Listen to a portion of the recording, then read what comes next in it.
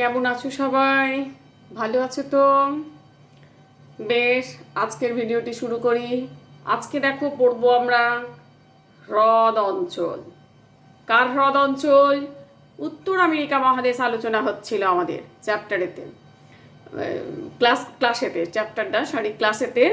তো যাই হোক, উত্তর আমেরিকা মহাদেশের হ্রদ অঞ্চল লেখা লেখা আছে। দেখো, হ্রদ অঞ্চল সম্পর্কে আজকে আলোচনা করা হবে। এখন এই হ্রদ অঞ্চল আলোচনা করতে গিয়ে একটা ছবি আছে, দেখো, খানিকটা পেঁপে পাতার মতো দেখতে ছবিটা, তাই না? খানিকটা পেঁপে পাতার মতো। আমরা দেখো উত্তর আমেরিকা মহাদেশ দেখছি, ছোট্ট করে বাঁ দিক বরাবর উত্তর আমেরিকা মহাদেশটাকে এঁকে রেখেছি অল্প করে, অল্প জায়গায় ছোট করে। সেই উত্তর আমেরিকা মহাদেশের এই যে পজিশন, এই অংশটিতে রয়েছে হ্রদ অঞ্চল। এই অংশটিকেই আমি একটু বড়ভাবে দেখানোর চেষ্টা করেছি। এই উত্তর আমেরিকার এই বড়ভাবে দেখাতে গেলে এটা খানিকটা পেঁপে পাতার মতো লাগছে। দেখো, এই হ্রদ অঞ্চল। এখন এই হ্রদ অঞ্চল বলতে আমরা কি বুঝি? না, উত্তর আমেরিকা মহাদেশের প্রায় মাঝখানে কানাডা ও আমেরিকা যুক্তরাষ্ট্রের সীমান্তে অবস্থিত পরস্পর 5টা হ্রদ রয়েছে। উত্তর আমেরিকা মহাদেশের প্রায় মাঝখানে এটা অবস্থিত এবং কানাডা ও আমেরিকা যুক্তরাষ্ট্রের প্রায় সীমানা বরাবর এই 5টি হ্রদ রয়েছে: সুপিরিয়র, মিচিগান, হুরন, ইরি ও অন্টারিও। এই 5টি বিশাল হ্রদের নিকটবর্তী অঞ্চলকে সুপিরিয়র, মিচিগান, হুরন, ইরি আর অন্টারিও, এই 5টা বিশাল হ্রদ অঞ্চলের নিকটবর্তী অঞ্চলকে বলা হয়, তাকে 5টি হ্রদের নিকটবর্তী অঞ্চলকে বলা হয় হ্রদ অঞ্চল। এটা কোথায় অবস্থিত রয়েছে? না, আমরা যদি এই তোমাদের বইতে মানচিত্র দেখো, মানচিত্রে এই যে উত্তর আমেরিকা মহাদেশ দেখছো প্রায় মাঝখান বরাবর, অর্থাৎ এই যে জায়গাটা দেখছি, দেখো এই অংশটা, এটা ওপরে কানাডা রয়েছে। উত্তর আমেরিকা মহাদেশের এই ওপরের অংশটা কানাডার অন্তর্গত, এই জায়গাটা মার্কিন যুক্তরাষ্ট্রের অন্তর্গত। মার্কিন যুক্তরাষ্ট্র আর কানাডা দুটোর সীমান্তবর্তী এলাকায় যে লরেন্সীয় মালভূমি কানাডার অন্তর্গত, আবার অ্যাপেলিচিয়ান মার্কিন যুক্তরাষ্ট্রের অন্তর্গত। ফলে এই দুটো অংশের সীমান্তবর্তী এলাকায় সীমানা বরাবর 5টা হ্রদ রয়েছে। সুপিরিয়র রয়েছে, মিচিগান রয়েছে, তারপরে তোমার হুরন রয়েছে, ইরি রয়েছে আর অন্টারিও। এই 5টা হ্রদ, আর এখানে এই লম্বা বরাবর যেটা গেছে এটা সেন্ট লরেন্স নদী সব হ্রদগুলোকে সংযুক্ত করেছে। এই সেন্ট লরেন্স নদী বরাবর 5টা যে লম্বা যে লাইনটা দেখতে পাচ্ছ ব্লু কালার, এটা হচ্ছে সেন্ট লরেন্স নদী। এই নদী পরস্পর হ্রদ অঞ্চলকে সংযুক্ত করেছে। তাহলে এই 5টা হ্রদকে বৃহৎ হ্রদ সমভূমি অঞ্চল লেখা আছে, দেখো 5টা হ্রদকে বৃহৎ হ্রদ সমভূমি অঞ্চল বলা হয়। অর্থাৎ এই যে সুপিরিয়র, মিচিগান, হুরন, ইরি ও অন্টারিও, একে নিয়ে এই হ্রদ অঞ্চল গঠিত হয়েছে। এই হ্রদ অঞ্চলের যদি অবস্থান দেখা যায়, তোমাদের বইতে অবস্থানও দেওয়া আছে সুন্দরভাবে। অবস্থান যদি দেখা যায়, অবস্থান অক্ষাংশের নিরিখে এটা দেখা যায় 41 ডিগ্রি উত্তর থেকে 50 ডিগ্রি উত্তর অক্ষাংশ। 41 ডিগ্রি উত্তর থেকে 50 ডিগ্রি উত্তর অক্ষাংশ পর্যন্ত এটা বিস্তৃত। 50 ডিগ্রি উত্তর অক্ষাংশ পর্যন্ত এটা বিস্তৃত। 41 থেকে 50 ডিগ্রি উত্তর, আমি এটা মুছে ফেললাম কোনখান থেকে গেছে হ্রদ অঞ্চলটা দেখানোর জন্য এঁকেছিলাম আমেরিকার উত্তর আমেরিকা মহাদেশটা, জায়গার অভাবের জন্য মুছে ফেললাম। আর 75 ডিগ্রি পশ্চিম থেকে তাহলে কি দাঁড়াচ্ছে? 41 ডিগ্রি উত্তর থেকে 50 ডিগ্রি উত্তর অক্ষাংশ, আর 75 ডিগ্রি পশ্চিম থেকে 93 ডিগ্রি পশ্চিম দ্রাঘিমা পর্যন্ত এই হ্রদ অঞ্চল বিস্তৃত। মানে অক্ষাংশের নিরিখে এবং দ্রাঘিমাংশের নিরিখে এটা বিস্তৃত। এই অবস্থানের এই অক্ষাংশ এবং দ্রাঘিমা রেখার মধ্যে এটা রয়েছে। অর্থাৎ এটা হচ্ছে দ্রাঘিমা আর এটা হচ্ছে অক্ষাংশ, অক্ষরেখা নিরিখে। তো এইভাবে এটা অবস্থিত রয়েছে। আর মার্কিন যুক্তরাষ্ট্রের Minnesota, Illinois, Ohio, Indiana, new York প্রদেশের কিছু অংশ, মিচিগান, উইসকনসিন প্রদেশ নিয়ে এই হ্রদ অঞ্চলটি গঠিত মার্কিন যুক্তরাষ্ট্রের মধ্যে। হ্রদ অঞ্চলের যদি মোট ক্ষেত্রফল, টোটাল হ্রদ অঞ্চলের যদি সমগ্র হ্রদ অঞ্চলটার মোট আয়তন বা ক্ষেত্রফল দেখা যায়, তাহলে এর ক্ষেত্রফল হচ্ছে, আমি লিখে দিই, 7,68,000 বর্গ কিলোমিটার। এর মোট ক্ষেত্রফল হলো 7,68,000 বর্গ কিলোমিটার জায়গা নিয়ে এই হ্রদ অঞ্চলটি অবস্থিত। 7,68,000 বর্গ কিলোমিটার জায়গা নিয়ে এই হ্রদ অঞ্চলটি রয়েছে। এখন পৃথিবীর মধ্যে যদি দেখা যায়, এই অঞ্চলটি বৃহত্তম মিষ্টি জলের হ্রদ রয়েছে। কোনটা? সুপিরিয়র, সব থেকে বড় মিষ্টি জলের হ্রদ রয়েছে। এই অঞ্চলটি পৃথিবীর বৃহত্তম মিষ্টি জলের হ্রদ হিসেবে বিখ্যাত। এর দৈর্ঘ্য বলতে লম্বা যেটা যদি দেখা যায়, এর দৈর্ঘ্য প্রায় 612 তোমার কিলোমিটার এর দৈর্ঘ্য। এই সুপিরিয়র এত বড়, 612 কিলোমিটার এর দৈর্ঘ্য সুপিরিয়র হ্রদে দেখা যায়। হ্রদগুলির উচ্চতার তারতম্যের জন্য এখানে জলপ্রপাতও সৃষ্টি হয়েছে। এদের মধ্যে ইরি ও অন্টারিও হ্রদের মাঝে নায়াগ্রা জলপ্রপাত রয়েছে। আমরা নায়াগ্রা জলপ্রপাত পড়াতে গিয়ে একবার পড়িয়েছিলাম, উত্তর আমেরিকার নদ নদী পড়াতে গিয়ে আমি বলেছিলাম, চ্যাপ্টারটাতে আলোচনা করা হয়েছিল। এই ইরি আর অন্টারিও এর মাঝে উচ্চতার তারতম্যের নিরিখে নায়াগ্রা জলপ্রপাত, নায়াগ্রা নদীতে সেন্ট লরেন্স নদীরই অংশ, এপাশ থেকে সেন্ট লরেন্স নদী গেছে। তো যাই হোক, সেই নায়াগ্রা জলপ্রপাত বিখ্যাত, পৃথিবী বিখ্যাত নায়াগ্রা জলপ্রপাত রয়েছে। হ্রদ অঞ্চলের নিম্নভূমি অঞ্চলের গড় উচ্চতা প্রায় 50 মিটার, কোথাও কোথাও উচ্চতা 200 মিটার। নিম্নভূমি যেগুলো নিচু জায়গা, সেখানের উচ্চতা 50 মিটার, আবার কোথাও কোথাও 200 মিটার। হিমবাহের ক্ষয় ও সঞ্চয় কাজ এবং ভূ আন্দোলনের প্রভাবে হ্রদগুলি পশ্চিম থেকে পূর্ব দিকে ঢালু হয়ে নেমে গেছে। ফলে হ্রদ অঞ্চলের কোথাও কোথাও কি দেখা যায়? বেলে পাথর, কাদা পাথর, চুনা পাথর দ্বারা গঠিত। এবং এর ফলেই, যেহেতু এটা উচ্চ অক্ষাংশ, আমরা অক্ষাংশ দেখেছি এই যে, আবার দ্রাঘিমাও দেখেছি এখানে, এটা ফলে দেখা যায় এই অঞ্চলে বিক্ষিপ্তভাবে ড্রামলিন দেখা যায়, অর্থাৎ ঝুড়ি ভর্তি ডিম যেরকম রাখে সেরকম হিমবাহ দ্বারা গঠিত, ওটা বরফ দ্বারা গঠিত ঝুড়ি ভর্তি ডিমের মতো অবস্থান দেখা যায়, ড্রামলিন দেখা যায়। এই গেল এখানকার হ্রদ অঞ্চলের মোটামুটি ভূপ্রকৃতি সম্পর্কে অল্প বিস্তর এবং অবস্থান সম্পর্কে আলোচনা। তোমাদের বইতে ভূপ্রকৃতি সম্পর্কে যেটা দেওয়া আছে সেটাও সেই একই রকম আছে। বেশিরভাগ অংশের ভূমিভাগ সমতল, কিছু কিছু জায়গায় তরঙ্গায়িত। তরঙ্গায়িত হচ্ছে কি? ঢেউ খেলানো, অর্থাৎ এরকম হালকা হালকা হালকা হালকা ঢেউ খেলানো, তরঙ্গায়িত। 5টি বৃহৎ হ্রদ প্রায় কাছাকাছি রয়েছে। সুপিরিয়র, মিচিগান, হুরন তো কাছাকাছি রয়েইছে। ইরি, অন্টারিও একটু দূরে, এখানে কানাডার অংশ প্রবেশ করে গেছে, এটা কানাডা, এই অংশটা কানাডার অংশ। হ্যাঁ, আবার এখানটা হচ্ছে মার্কিন যুক্তরাষ্ট্রের অংশ। তো যাই হোক, ওরকম প্রবেশ করে গেছে। এই নদীর ওপরই এখানে দেখা যায় সব থেকে বৃহত্তম যেটা মিষ্টি জলের হ্রদ, একটু আগেই বললাম, সুপিরিয়র। এছাড়া রয়েছে এই অঞ্চলে Saint Lawrence, Mississippi, Missouri, Ohio প্রভৃতি নদ নদীর চ্যাপ্টার যখন পড়ানো হয়েছিল এগুলো আলোচনা করা হয়েছিল বিস্তারিতভাবে। এদের মধ্যে সেন্ট লরেন্স নদীটি 5টি হ্রদকেই সংযুক্ত করেছে। সেন্ট লরেন্স নদীর অবস্থান যদি দেখো, অবস্থান আমি দেখিয়ে দিচ্ছি, দেখো সেন্ট লরেন্স নদীর অবস্থান। সেন্ট লরেন্স নদী কি করেছে? নদ নদীর এই যে অবস্থান দেখছো, উত্তর আমেরিকা যুক্তরাষ্ট্রে তোমাদের বইতে দেখবে, ম্যাপ বইতে দেখবে, এই যে উত্তর আমেরিকা মহাদেশ, এখানে রয়েছে এই হ্রদ অঞ্চলগুলো। এই নিউ ফাউল্যান্ড ল্যান্ড, এখানটা তোমার এই জায়গা থেকে সেন্ট লরেন্স নদী এখান থেকে উৎপন্ন হয়ে যে এই অংশে এই সাগরে গিয়ে এখানে পতিত হয়েছে। তো এই সেন্ট লরেন্স নদীর অবস্থান হচ্ছে এই যে, এইভাবে সেন্ট লরেন্স নদী প্রবাহিত হয়েছে। তো এই সেন্ট লরেন্স নদী এই অংশের ওপর দিয়ে প্রবাহিত হয়েছে এবং বিভিন্ন এই 5টা হ্রদকেই সেন্ট লরেন্স নদী সংযুক্ত করেছে। এখন এই বিভিন্ন নদ নদী, যে সেন্ট লরেন্স নদী যে 5টা হ্রদকে সংযুক্ত করেছে, বিভিন্ন হ্রদকে সংযুক্ত করার সময় এর বিভিন্ন নামে পরিচিত হয়েছে। অর্থাৎ কি না, অর্থাৎ হচ্ছে সেন্ট লরেন্স উপসাগরে যে সেন্ট লরেন্স নদী পড়েছে, সেন্ট লরেন্স নদীর দৈর্ঘ্য হচ্ছে প্রায় 3217 কিলোমিটার নদীর দৈর্ঘ্য।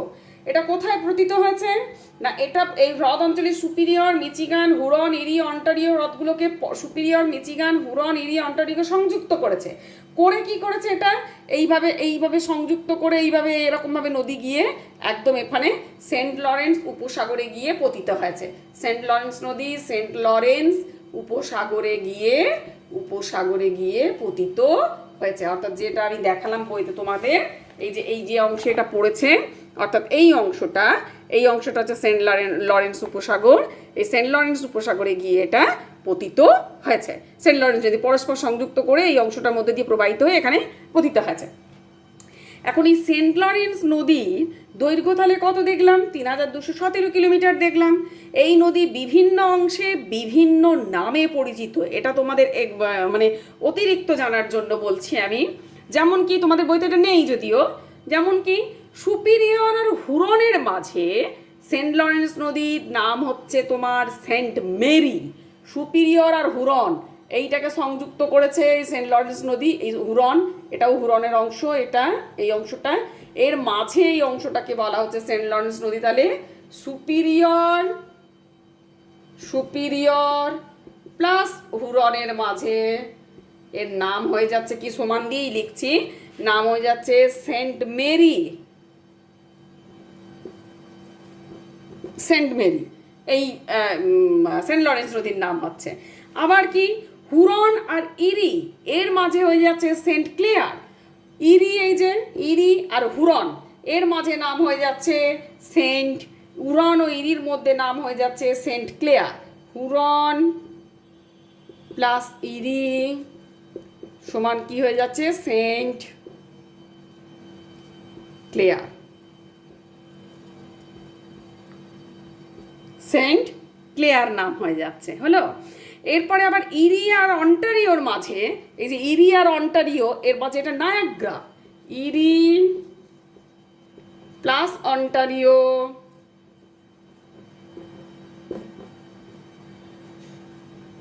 নায়াগ্রা, হলো।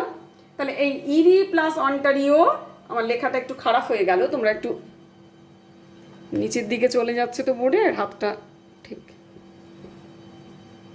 নায়াগ্রা, ইরি আর অন্টারিও। তাহলে কি হচ্ছে, সেন্ট লরেন্স, সুপিরিয়র আর হুরন একে বলছে সেন্ট মেরি, হুরন আর ইরি একে বলা হচ্ছে সেন্ট ক্লেয়ার, ইরি আর অন্টারিও একে বলা হচ্ছে নায়াগ্রা। বিভিন্ন জায়গায় বিভিন্ন নামে পরিচিতি লাভ করেছে। এই গেল তোমার হ্রদ অঞ্চলের নদ নদী সম্পর্কে অল্প বিস্তর একটু ধারণা। এগুলো যদিও আমরা সেন্ট লরেন্স নদীটা আগেই পড়ে এসেছিলাম। এই গেল। এখন এখানকার তোমাদের বইতে যেটা দেওয়া আছে সেটা হচ্ছে যেখানকার জলবায়ু সম্পর্কে জানতে হবে। জলবায়ু আর স্বাভাবিক উদ্ভিদ সম্পর্কে জানবো। তার আগে আরেকটা জিনিস একটু জেনে নিই। এই যে হ্রদ অঞ্চল সৃষ্টি হয়েছে, এই হ্রদ অঞ্চল কিভাবে সৃষ্টি হলো? এই হ্রদ অঞ্চলের সৃষ্টির একটা ইতিহাস রয়েছে। কিরকম ইতিহাস রয়েছে? এখানে দেখছি আমরা কানাডা, দেখো উপরে লেখা আছে কানাডা, হলো। তাহলে কানাডার এই অংশে আমরা পড়বো, পরের চ্যাপ্টারে পড়বো যদিও, কানাডিয়ান সিল্ড শব্দটার অর্থ হচ্ছে প্রাচীন মালভূমি। এখন এই হ্রদ অঞ্চল পড়তে গিয়ে আমরা আমেরিকা যুক্তরাষ্ট্রের যতবার আমি ছবি এঁকেছি, দেখবে একটা জিনিস এঁকেছি, এই যে একটা জিনিস আঁকছি এখনো, এবং প্রত্যেকবারই এঁকেছি। এই অংশটাতে হচ্ছে এরকমভাবে রয়েছে, এখানেতে এটা হচ্ছে হাডসন উপসাগর, হলো। নিচের দিকে আমেরিকা যুক্তরাষ্ট্র পুরোটা আঁকতে পাচ্ছি না আমি, এখানেতে হাডসন উপসাগর। এই হাডসন উপসাগর এটা ছিল অবনিমিত উপসাগর, যেহেতু অবনিমিত স্থান। এখানে কি হয়েছে, এই হাডসন উপসাগরকে কেন্দ্র করে পৃথিবীর প্রাচীনতম ভূখণ্ড কানাডিয়ান সিল্ড রয়েছিল অবস্থিত। এখন হিমযুগে আমাদের অনেক রকম যুগ এসছে, হিমবাহের যুগ যেটা, হিমযুগে এই অঞ্চলটি বরফ দ্বারা পুরো ঢাকা পড়েছিল। এই বরফাবৃত এলাকার বিস্তার ছিল হাডসন উপসাগর থেকে আরো দূর পর্যন্ত। দীর্ঘদিন ক্ষয়কার্য চলার ফলে এই বিশাল বরফাবৃত অঞ্চল অনেকগুলো অববাহিকায় পরিণত হয়। ক্রমশ সেই অববাহিকাগুলি হ্রদ অঞ্চলে পরিণত হয়। তাহলে প্রাচীনকালে এটা কানাডিয়ান সিল্ডের অন্তর্গত ছিল, পুরো বরফ দ্বারা ঢাকা ছিল কানাডিয়ান সিল্ড। পুরু বরফ দ্বারা অংশ ছিল, যেমন এই যে কানাডিয়ান শিল্ড আমি যদি দেখাই, আমেরিকা যুক্তরাষ্ট্রে এই দেখো এটা কানাডিয়ান শিল্ড, এই অংশটা হচ্ছে কানাডিয়ান শিল্ড, পুরো বরফ দ্বারা ঢাকা ছিল। আজ থেকে 14 কোটি কি আরও বেশি আগে, 14 কোটি বছর আগে পুরো বরফ দ্বারা ঢাকা ছিল। ফলে এই অংশটা থেকে এই অংশের এই যে দেখো হ্রদ অঞ্চলের অবস্থান হচ্ছে এই জায়গাটা হলো, এখানটা কি হয় কানাডিয়ান শিল্ডের অন্তর্গত প্রাচীন অংশ। ফলে এটা ক্রমশ ক্ষয়প্রাপ্ত হতে হতে এরকম নিচু অবনমিত হয়ে যায়, হয়ে গিয়ে এই অংশগুলো জল জমে হ্রদ অঞ্চল সৃষ্টি করেছে। এইভাবে হ্রদ অঞ্চল এখানে দীর্ঘদিন ক্ষয়কার্য চলেছে। ক্ষয়কার্য চলার ফলে পরবর্তীকালে এই বিশাল বরফাবৃত অঞ্চল অনেকগুলো অববাহিকায় পরিণত হয়। এই ক্রমশ ওই অববাহিকাগুলোই হ্রদে পরিণত হয়ে যায়। এই গেল। এরপরে আসি আমরা জলবায়ু ও স্বাভাবিক উদ্ভিদ সম্পর্কে অল্প একটু জানবো। কার জলবায়ু জানবো না, এটা আমরা পড়ছি কার কথা?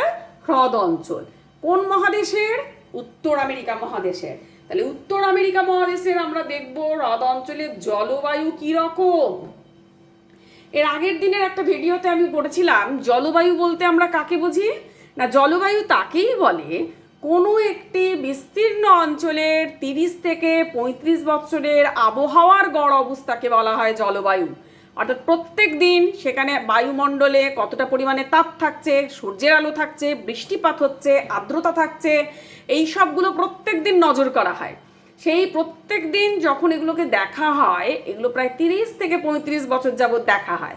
দেখার সাথে সাথে কি হয়, তারপরে সেই বিস্তীর্ণ অঞ্চলটার একটা জলবায়ু নির্বাচন করা হয়। তাহলে সেই জলবায়ুটা হচ্ছে হ্রদ অঞ্চলের কী রূপ সেটা সম্পর্কে জানবো। জলবায়ু হচ্ছে এখানে এক কথায় জলবায়ু হচ্ছে শীতল নাতিশীতোষ্ণ জলবায়ু। নাতিশীতোষ্ণ জলবায়ু। কি জলবায়ু? নাতিশীতোষ্ণ। অর্থাৎ কিরকম? না শীত না উষ্ণ, না গরম না ঠান্ডা, সেটা কিন্তু শীতল। অর্থাৎ এই যে এই রকম জলবায়ু, শীতল নাতিশীতোষ্ণ জলবায়ু কোথায় দেখা যায়?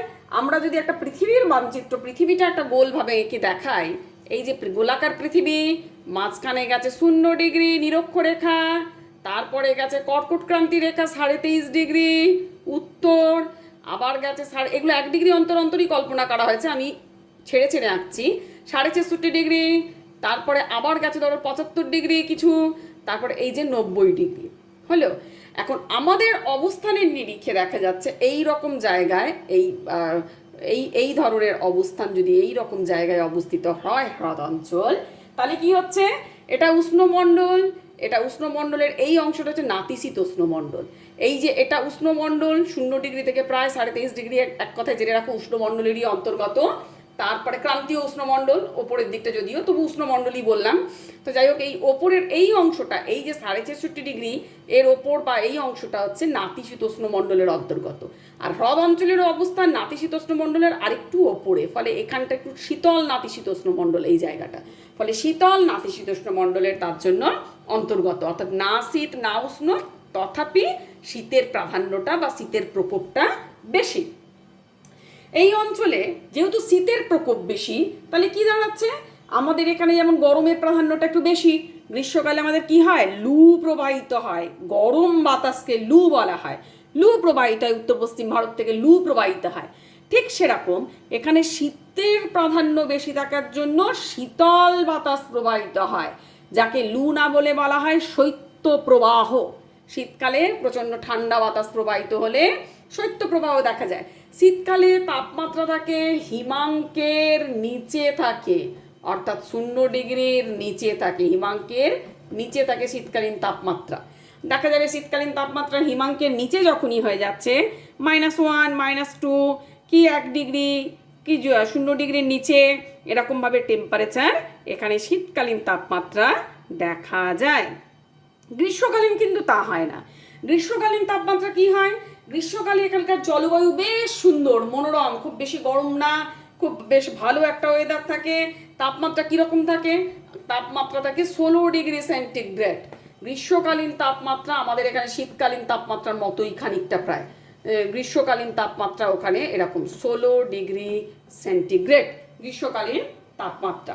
এখানে 16 ডিগ্রি সেন্টিগ্রেড থাকে, 16 থেকে 20 কখনো কখনো এরকম। আর বৃষ্টিপাত গ্রীষ্মকালে যদি দেখা যায়, বার্ষিক গড় বৃষ্টিপাত এখানে দেখা যায় 70 থেকে, বৃষ্টিপাত যদি দেখি আমরা, বৃষ্টি দেখা যায় এখানে তোমাদের বইতে যেটা দেওয়া আছে 70 সেন্টিমিটার থেকে 80 সেন্টিমিটার, কখনো কখনো এটা 150ও হয়ে যায়, কখনো কখনো এটা 150 পর্যন্ত দেখা যায়, 150 সেন্টিমিটার পর্যন্ত সংঘটিত হয়ে থাকে বা বৃষ্টিপাতের পরিমাণটা। এই গেল এখানকার জলবায়ু। তাহলে জলবায়ু কি আবার রিপিট করার দরকার নেই, তোমরা দেখে নেবে, জলবায়ু সম্পর্কে বলা হয়ে গেল। এরপর আসি স্বাভাবিক উদ্ভিদ। জলবায়ুর ওপর যে কোনো জায়গার, যে কোনো দেশের উদ্ভিদ নির্ভর করে থাকে।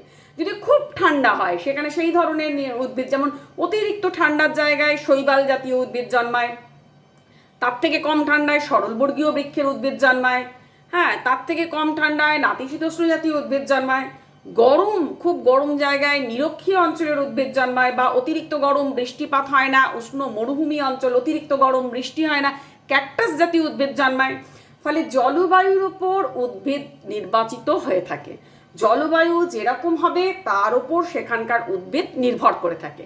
এক্ষেত্রেও ঠিক তাই, এখানকার উদ্ভিদগুলোর মধ্যে বেশিরভাগ জায়গায় দেখা যায় কি ওক, এলম, ম্যাপল, বিচ, হ্যাঁ, পপলার, চেস্টনাট প্রভৃতি জাতীয় উদ্ভিদ এখানে স্বাভাবিক উদ্ভিদ, অর্থাৎ যেগুলো আপনা থেকেই জন্মায়। স্বাভাবিক উদ্ভিদ তাকেই তো বলে স্বাভাবিক প্রক্রিয়ায়, লাগাতে হয় না, আপনা থেকেই প্রকৃতিতে জন্মায়, সেগুলো হচ্ছে স্বাভাবিক উদ্ভিদ।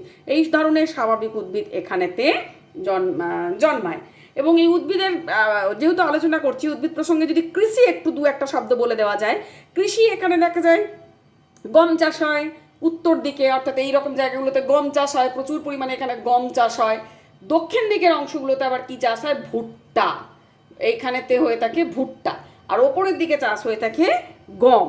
এছাড়া আলু, সয়াবিন, তোমার সূর্যমুখী, ওট ইত্যাদি। আবার সবজি ও ফল চাষ হয়, সেটা কোন দিকে হয় জানো?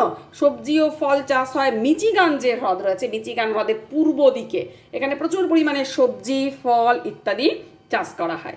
এইভাবে এখানের কৃষিকাজও করা হয়ে থাকে, অর্থাৎ এই সমস্ত উদ্ভিদ বা এই ধরনের শস্য এখানে জন্মায় এই হ্রদ অঞ্চলের এই অংশতে। তাহলে এই গেল। এখন এই হ্রদ অঞ্চল দুটো দিক থেকে পৃথিবী বিখ্যাত। কি দুটো দিক? এক হচ্ছে কৃষিতে প্রচণ্ড উন্নত, কৃষিকাজের হ্রদ অঞ্চল খুব উন্নত।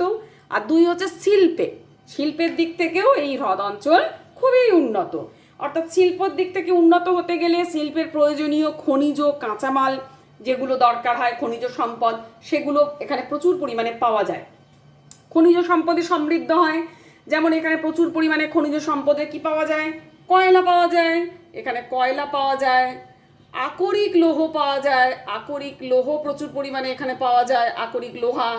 আচ্ছা, তা বাদ দিয়ে খনিজ তেল পাওয়া যায় এখানে, খনিজ তেল। এছাড়া কি পাওয়া যায়? চুনা পাথর, ম্যাঙ্গানিজ বিভিন্ন জায়গায় পাওয়া যায়, জায়গাগুলোর নাম বলে দেওয়া হবে। দস্তা, জিপসাম, এইরকম বিভিন্ন ধরনের খনিজ পদার্থ এখানেতে প্রচুর পরিমাণে পাওয়া যায়। ফলে খনিজ পদার্থকে কেন্দ্র করে এখানে বিভিন্ন ধরনের শিল্প গড়ে উঠেছে। যেমন যদি আমি দেখি যে এখানকার আকরিক লোহা কোথায় পাওয়া যায়? এখানকার খনিজ সম্পদের আকরিক লোহা সুপিরিয়র হ্রদের নিকটে প্রায় 6টা আকরিক লোহার খনি রয়েছে, জানো তো? এই সুপিরিয়র যে হ্রদ আমরা দেখছি, এই সুপিরিয়র, এই যে 612 কিলোমিটার দৈর্ঘ্য সুপিরিয়র হ্রদ, এর কাছাকাছি এই রকম জায়গায় প্রায় 6টা খনি রয়েছে, যে খনিগুলো থেকে আকরিক লোহার আকর এখান থেকে পাওয়া যায়। লোহার আকর 6টা ক্ষেত্রগুলো থেকে যদি আমরা বলি একটু, আকরিক লোহার যে জায়গাগুলোতে পাওয়া যায়, সেটা হচ্ছে দেখো মেসাবি হ্রদ অঞ্চলের লোহা পাওয়া যায় এখানেতে। তারপর ভার্মিলিয়ান, কুইনা, গোর্গাবিক বা গোগিবিক, মার্কোয়েট, মিনোমিনি, এই আকরিক বৃহত্তম এখানেতে এই জায়গাগুলো থেকে তোমার আকরিক লোহা পাওয়া যায়।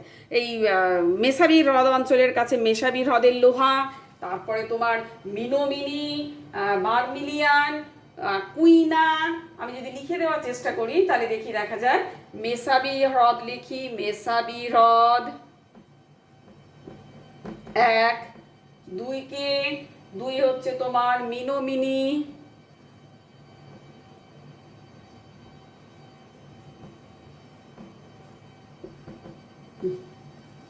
কুইনা,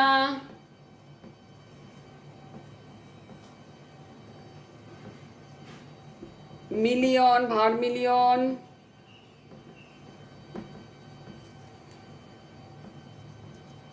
মার্কোয়েট,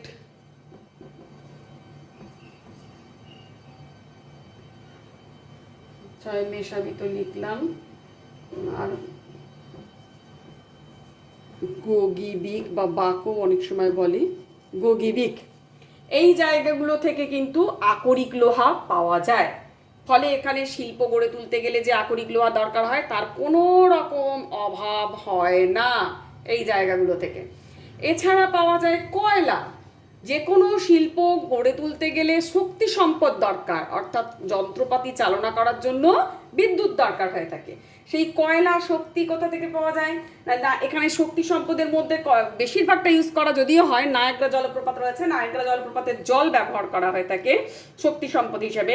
তাছাড়া কয়লা পাওয়া যায় মিচিগান হ্রদের তীরে, ইন্ডিয়ানা ইলিনয় রাজ্য। মিচিগান রয়েছে, এর হ্রদের তীরে রয়েছে ইন্ডিয়ানা আর ইলিনয় রাজ্য। দুটো রাজ্য থেকে কয়লা নিয়ে আসা হয়। এর পাশাপাশি এখানে দেখা যায় রাজ্যের একটা, এই রাজ্যের কাছাকাছি দেখা যায় তোমার ইরি হ্রদ রয়েছে, এখানে রয়েছে পেনসিলভেনিয়া। পেনসিলভেনিয়া রাজ্য থেকে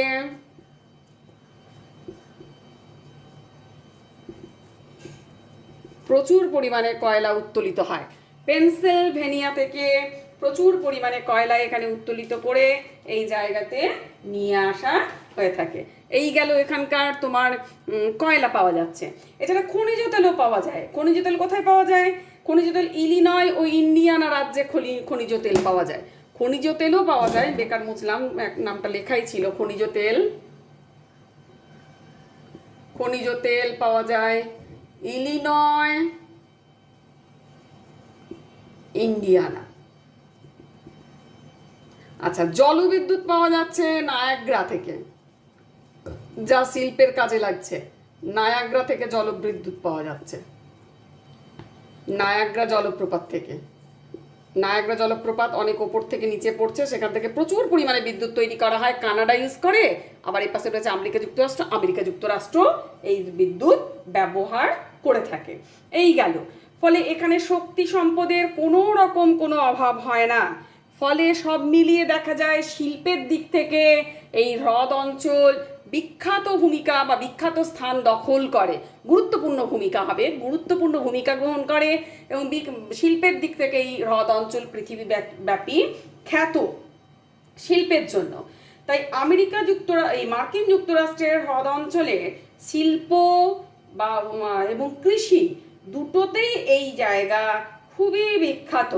হ্যাঁ, এখানেতে খুবই বিখ্যাত এখানে। আচ্ছা, এই গেল। ফলে এবং শিল্পের আরেকটা জিনিস কি কাজে লাগে, আমরা শিল্পের দিক থেকে যেহেতু আলোচনা করছি, আর দুটো পয়েন্ট একটু দিয়ে দিতে পারি। শিল্পতে এই সমস্ত কাঁচামাল এই জায়গাগুলো থেকে যে সমস্ত শিল্পাঞ্চল যেখানে কারখানাগুলো তৈরি হয়েছে সেখানে নিয়ে যেতে হবে। ধরো এখানটা কারখানা, এটা কাঁচামালের জায়গা আর এটা হচ্ছে কারখানা। ফলে এখান থেকে এই জায়গায় যখন নিয়ে যেতে হচ্ছে, আবার এই যেখানে উৎপাদন হচ্ছে উৎপাদিত দ্রব্য আবার আরেকটা জায়গায় নিয়ে আসছে বিক্রি করার জন্য। ফলে এই জায়গার সাথে এই স্থানগুলো যদি যোগাযোগ ব্যবস্থা উন্নত না হয় তাহলে কিন্তু শিল্পাঞ্চল ভালোভাবে গড়ে উঠতে পারবে না। ফলে যোগাযোগ ব্যবস্থা ভালো করে গড়ে তুলতে গেলে কি দরকার হয়? পরিবহন ব্যবস্থা, উন্নত পরিবহন ব্যবস্থা দরকার। তবে শিল্প বিশ্বব্যাপী বিস্তার লাভ করতে সক্ষম হবে। পরিবহন ব্যবস্থা, এখানে পরিবহন ব্যবস্থা অনেক রকমের পরিবহন ব্যবস্থা হতে পারে। পরিবহনের ব্যবস্থা দেখো, সড়ক হতে পারে, রেল পরিবহন হতে পারে, হ্যাঁ, জলপথে পরিবহন হতে পারে। এখানে সড়ক পথ আর রেলপথ জালের মতো চারিদিকে বিস্তৃত। জাল যেমন একদম নিখুঁতভাবে অনেকগুলো পাক দিয়ে তৈরি হওয়া থাকে, সড়ক পথ আর রেলপথও বিভিন্ন দিকে বিস্তার লাভ করেছে। তার পাশাপাশি রয়েছে বিমান পথ, অর্থাৎ আকাশ পথের মাধ্যমে যোগাযোগ করা যায়। তার সাথে পাশাপাশি রয়েছে জলপথ। গোটা হ্রদ অঞ্চল যেহেতু এগুলো জলের সম্ভার, জলপথের মাধ্যমে সেন্ট লরেন্স নদীর জলকে কাজে লাগিয়ে একটার সঙ্গে আরেকটা, আরেকটার সাথে আরেকটা, আরেকটার সাথে আরেকটা সংযুক্ত করা সম্ভবপর হয়েছে। এখানে কিছু জলপ্রপাত, এখানে একটা জলপ্রপাত রয়েছে, আমরা নায়াগ্রা জলপ্রপাত জানি, বিখ্যাত বিশাল জলপ্রপাত। এই বিশাল জলপ্রপাতটাকে মানে এখানে যাতায়াতের ক্ষেত্রে বাধা সৃষ্টি করে। এটাকে আটকানোর জন্য, এই জলপ্রপাতকে এড়ানোর জন্য এখানে একটা খালপথ কাটা হয়েছে, যে খালপথটার নাম হচ্ছে সু সেন্ট মেরি খাল বা সু খাল বলা হয়ে থাকে, সু ক্যানেল, SOOCANAL, সু ক্যানেল বা সু খাল সেন্ট মেরি এর ওপর এখানেতে করা হয়েছে। ফলে কি হয়, ইরি আর অন্টারিও হ্রদের মাঝে যে নায়াগ্রা জলপ্রপাত, এই নায়াগ্রা জলপ্রপাতকে এড়ানোর জন্য এখানে খাল কাটা হয়েছে। এবং সেখানে আবার ওয়েল্যান্ড খাল আছে, হুরন আর ইরি হ্রদের সংযোগস্থলে সেন্ট ক্লেয়ার খাল আছে, ডেট্রয়েট খাল আছে, এছাড়া সেন্ট লরেন্স সিওয়ে ক্যানেল প্রভৃতি খালপথের মাধ্যমে যোগাযোগ ব্যবস্থা রক্ষা করা যায়। এর ফলে কি হয়, এখানে যথেষ্ট পরিমাণে শিল্পজাত দ্রব্য এক স্থান থেকে অন্য স্থানে পরিবহন করে নিয়ে যাওয়া সম্ভবপর হয়, বাইরে পাঠানো যায়। এই জন্য হ্রদ অঞ্চল শিল্পেতে এত বেশি উন্নত। খনিজ তেল পাওয়া যাচ্ছে, আকরিক লৌহ পাওয়া যাচ্ছে, কয়লা পাওয়া যাচ্ছে, ম্যাঙ্গানিজ পাওয়া যাচ্ছে, শিল্পের প্রয়োজনীয় সমস্ত কাঁচামাল পাওয়া যাচ্ছে, শক্তি সম্পদ পাওয়া যাচ্ছে, প্লাস উন্নত যোগাযোগ ব্যবস্থা রেলপথের মাধ্যমে আছে, সড়ক পথের মাধ্যমে আছে, আকাশপথের মাধ্যমে আছে, জলপথের মাধ্যমে আছে। জলপথের যোগাযোগ ব্যবস্থা ভালো করার জন্য কি হচ্ছে, ক্যানেল করা হয়েছে বিভিন্ন নদী, সেন্ট লরেন্স নদীর বিভিন্ন জায়গায় নায়াগ্রা জলপ্রপাতকে বাধা সৃষ্টি করে, যেহেতু তার জন্য বিভিন্ন জায়গায় খালপথ খনন করা হয়েছে। এর মাধ্যমে এখানে কি হয়েছে, শিল্পে এই দেশ এত বেশি, এই জায়গা এত বেশি উন্নত হয়েছে। এখানে এর পাশাপাশি কি দেখা যায়, ঘনবসতিপূর্ণ এলাকা। ঘনবসতিপূর্ণ এলাকা হওয়ার জন্য কি হয়েছে, শিল্পের প্রয়োজনীয় যে শ্রমিক, সুদক্ষ শ্রমিক, সেটা এখান থেকে ঘনবসতিপূর্ণ এলাকা হওয়ার জন্য সেই শ্রমিক যথেষ্ট পরিমাণে ঘনবসতিপূর্ণ এলাকার সুবাদে ফলে প্রচুর পরিমাণে শ্রমিক এখানেতে পাওয়া যায়। এবং বনজ, তার বাদ দিয়েও বনজ ও প্রাণীজ কাঁচামালও পাওয়া যায় এখানে, যার ফলে প্রাণীজ কাঁচামাল থেকে কিন্তু কৃষিতে উন্নত। আর বনজ থেকেও ঠিক তাই, বিভিন্ন নৌকো, বোট ইত্যাদি তৈরি করার ক্ষেত্রে বনজ কাঁচামাল ইউজ করা হয়ে থাকে। ফলে এই জন্য শিল্পে এখানে উন্নতি লাভ করেছে। এবং যেহেতু দেশগুলো, অঞ্চলটা আমেরিকা যুক্তরাষ্ট্র এবং কানাডা উন্নত, অতিরিক্ত উন্নত দেশের অন্তর্গত, ফলে প্রচুর পরিমাণে টাকা পয়সা এরা ইনভেস্ট করতে পারে, অর্থাৎ পর্যাপ্ত মূলধন পাওয়া যায়, পর্যাপ্ত পরিমাণে এখানে মূলধন পাওয়া যায়, পর্যাপ্ত পরিমাণে মূলধন রয়েছে। এই জন্য এখানে বিভিন্ন ধরনের শিল্পাঞ্চল গড়ে উঠেছে। কি কি শিল্প এখানে গড়ে উঠেছে, তাহলে এখানে দেখা যায় 1 নম্বর যদি দেখা যায়, যে কাঁচামাল পাওয়া যায় তার উপর নির্ভর করে এখানে লৌহ ইস্পাত শিল্প গড়ে উঠেছে। 2 নম্বর, হ্রদ অঞ্চলে